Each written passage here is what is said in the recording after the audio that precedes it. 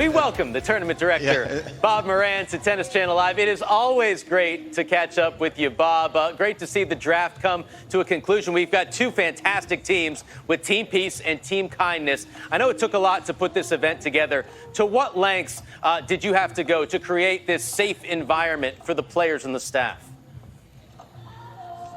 Well, thank you. And the players behind me right now are all showing that they are going to space all week for me. You know, it's not an easy project to work on, but it's something we really wanted to do. We wanted to give the players a chance to get back here and compete, earn a living. It was really important to show that we could come back, but ultimately we had to show that we could come back safely. And our partners at MUSC came in and set some guidelines for us, really set the parameters of what we needed to follow. And I do have to give all the ladies behind me all the credit in the world, because they went through testing, their teams went through testing.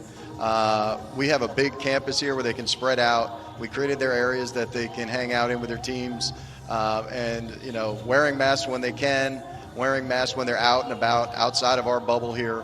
And really practicing social distancing all the time. If we're to come back and get tennis back to live sport again, we all have to work as one team, and that's our team here at the event and also the players and their teams behind us. That's what's going to make it all work. So I'm really proud of all these girls, because sometimes it doesn't show really well on TV, but I can tell you they're spacing now, they're spacing all the time, and throughout the weekend they've been doing a great job following all the protocols we've set.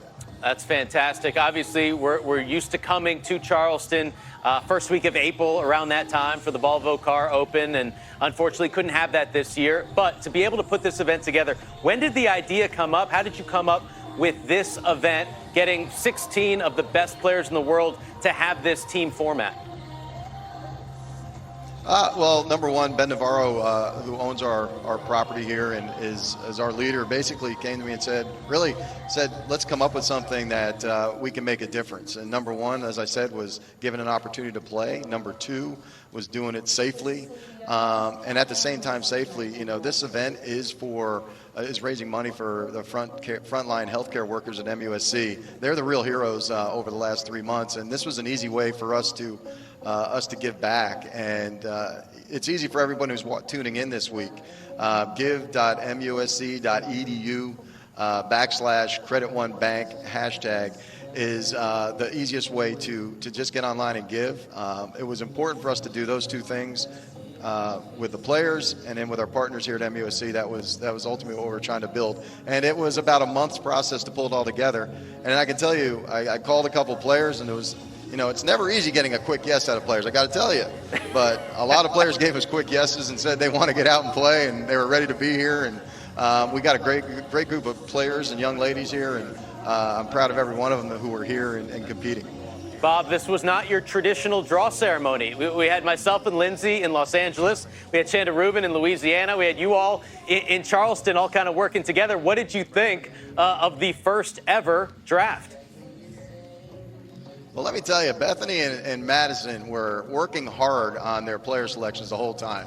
And they were going through numbers, they were going through UTR rankings, they were making sure they were checking on the status of all the players. And then ultimately they said they wanted this event to be fair, and they didn't want anyone to think they were getting picked first or getting picked last, so we did it alphabetically. But let me tell you, the draft was real. It was sitting in a room and going through everything, and they worked really hard. And I tell you what, if you look at the UTR numbers when it's all said and done, these teams are pretty darn even. So I think you're going to see unbelievable tennis this week.